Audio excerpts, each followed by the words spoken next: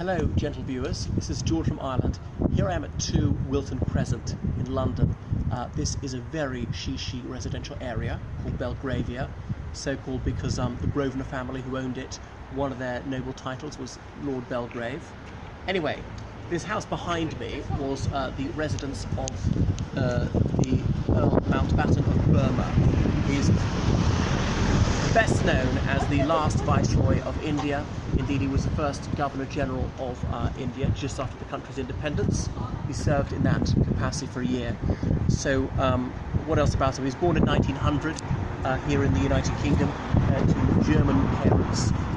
He was related to the British royal family. His nephew is Prince Philip, who's still with us. Prince Philip's now 96.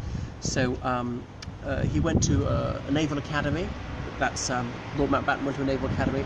His father was Louis of Battenberg, had a German title. When the First World War broke out, his father had to resign as an admiral in the Royal Navy. He wasn't trusted because he was born German, and they anglicised their surname to Mountbatten. So Lord Mountbatten, Louis Mountbatten as he was, he served in the Royal Navy in the First World War. He was very close to his cousins, to the future King Edward VIII. They toured the British Empire just after the First World War. He was slightly older than Edward VIII, touring India, for example. I've read his diaries. He talked about filthy non-cooperators, as in those Indians who were agitating for greater self-government in the 20s. However, Lord Mountbatten, he later became sympathetic to Indian nationalism. Lord Mountbatten attended Cambridge. He left after a year without a degree, but there was no disgrace in that. It was quite common for upper-class boys to go to university just for a year or two and not graduate. And then he served in the Royal Navy all through the Second World War. Most of the Second World War. He was there in Singapore to take the Japanese surrender. He was Viceroy of India for only 5 months, the last Viceroy. He brought independence forward and brought about the partition of India. Obviously the Muslim League wanted it, Congress reluctantly agreed to it, and his wife Edwina, the Vicereine, or I should say the Countess of Mountbatten, she had a very cordial relationship with Nehru, which led some people to say she was having an extramarital liaison with him. But that's not true. Years later, Nehru's sister vouchsafed her brother had been impotent for quite a few years before he died. Anyway, Lord Mountbatten, he used to holiday in the Republic of Ireland in the 70s, and he was warned that he was being very lax with his security.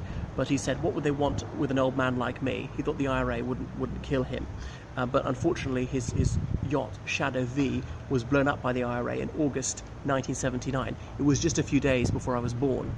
And then his funeral obviously held here in London. He planned it himself, and he thought that the ceremonial would give a lot of aesthetic pleasure to all sorts of people. People wouldn't grieve too much for a man of his age. I can't quite remember where he's buried, somewhere in Hampshire. And he was very close to Prince Charles, who was like a grandfather figure to Prince Charles, who read the lesson at Lord Mountbatten's funeral about those who go down to the sea in ships. You can see it on YouTube. So he is a fascinating and quite controversial figure, Earl Mountbatten.